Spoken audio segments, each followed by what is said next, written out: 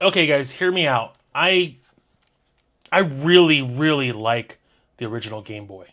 Now, for me, the Game Boy has been something that has been around my entire life and has gone through a lot of iterations and changes that have made it better and improved battery life once you started getting into rechargeable batteries, and then overall just becoming a better experience for people to enjoy over time. But for some reason, I really like to play on the original handheld. Now, why is that? I did not have an original Game Boy like this first when I got a Game Boy. My first Game Boy was a Game Boy Pocket. I can say one thing for sure is that nostalgia is a bitch.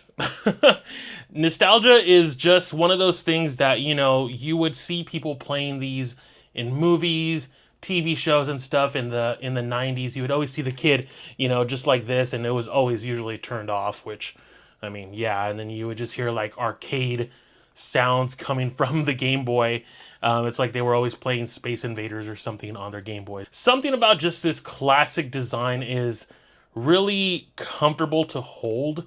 I love the Game Boy Pocket. I love the form factor of the Game Boy Pocket, but playing on an OG Game Boy is just it's the way that I like to go about playing my original Game Boy games. Now, the one thing I have to say, of course, is this is not a regular Game Boy. And by that I mean this has a backlit screen on it. So, of course, we all know that the original Game Boy screen was just terrible, not to mention it was not backlit. So, you needed something like this mod to make it way, way better. And the thing I like about this particular mod, as you can see right now, the screen is going for that old school Game Boy color, green on yellow, and stuff like that. But this mod actually lets you change the colors of the screen. Now you could go with that green, you could go with a nice black and white like this, that's more reminiscent of the Game Boy Pocket. Or you can add a little bit of color to it, which is kind of cool. It doesn't add full color as if you were playing on a Game Boy Color or anything after that, but it does give you a little bit of color if you want some of that in your games. I didn't do this mod myself. I bought this Game Boy like this on eBay. Could I have done the mod myself? Absolutely. At that time, my soldering skills were not up to par. They're just, like I can replace the battery on the Game Boy games. That's kind of about it. These were always some of the more like intensive projects that I didn't want to mess up the Game Boy, so I got it as is with the Backlight mod already installed on it. Now, I really don't want to get into a whole argument as to why play on, something like this when all of these new retro handhelds exist that let you play ROMs and ROMs and ROMs and dozens of games at any time.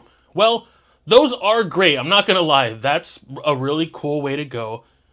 I don't know about you guys, when I have such a huge library of games at my disposal, I really don't know what it is I want to play. So, what I usually do is I'll usually have a carrying case like this for my Game Boy. It just sits in there nice and pretty, like so. And I just carry a select few games with me that I'm going to play. Usually it's going to be a mix of something like a Pokemon game, a side-scrolling platformer like Super Mario Land 2. Definitely for sure one thing I really love about the Game Boy is puzzle games. Now there's a lot of puzzle games for the Game Boy, and I find that those are just some of the best ones to really kind of just get into real quick. If you have maybe 10 minutes of time, you can put on Tetris or Yoshi's Cookie or, Pokemon Puzzle League, stuff like that you can play. Wait, Pokemon Puzzle League, no. That was for the Game Boy Color. Never mind. Not Pokemon Puzzle League. You know what I mean? There's plenty of puzzle games out there. A lot of ones that a lot of people don't know of, like Quirk and Boxel, stuff like that.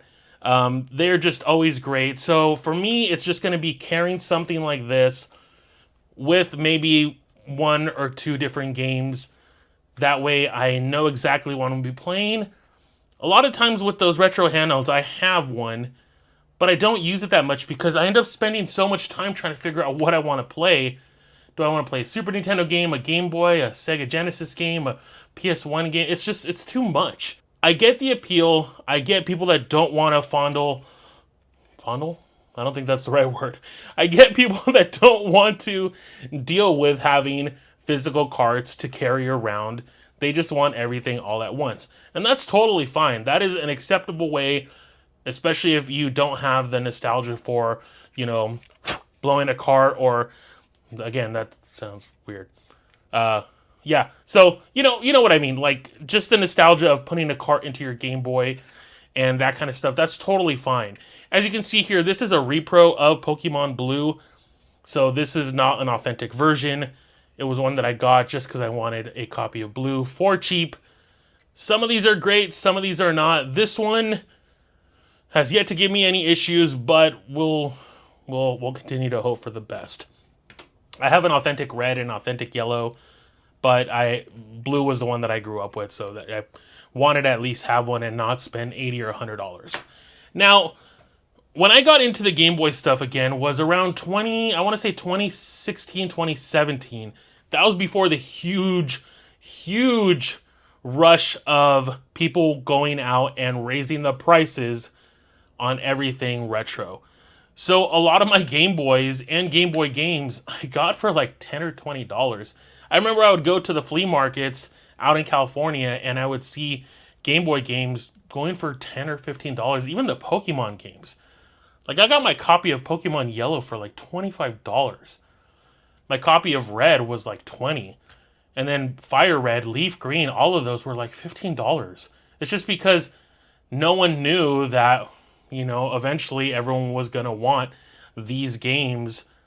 And then you had your resellers that would then go and things just got out of hand. So a lot of my collection of my Game Boy games, even my PSP stuff, was all obtained before, let's say 2020, when that's when everything kind of just shot up in price. I mean, even if you just want an original Game Boy nowadays, you're spending $80 to $100 for just a regular Game Boy, which is crazy to me, and it sucks because I think more people should be able to get these at an affordable price and not have to worry what resellers are doing and stuff like that. So that's unfortunate that that's a thing that's going on. But I just have to say the Game Boy will continue to live on as one of my favorite handhelds, right up there with the PSP, right up there with the Nintendo DS and stuff. This is what portable gaming truly, truly was. And for me, it still is. This is what I consider portable gaming. I have my PlayStation Portal, I have my Nintendo Switch, and those are great, but those are more just kind of at-home systems for me. I never really would take out my Nintendo Switch out when I would go out to places with it. Maybe for a little bit, but it was just too much. This was something that I could just play for 10 or 15 minutes. If you're playing Pokemon, you can get through Viridian Forest, or you can do something like that and get through it in a little while, and then you're good to go. Save the game, and then you're done. So yeah, guys, let me know down in the comments what you think of the original Game Boy and what you think of portable gaming as a whole and where it is nowadays. So much has changed in the front of what portable gaming is. Everything is going for that Switch form factor, that bigger body, more power, which is fantastic. But for me, portable gaming lives on stuff like this. It's just how I grew up. Call me old, call me a dinosaur. But this, for me, it truly is portable gaming to go.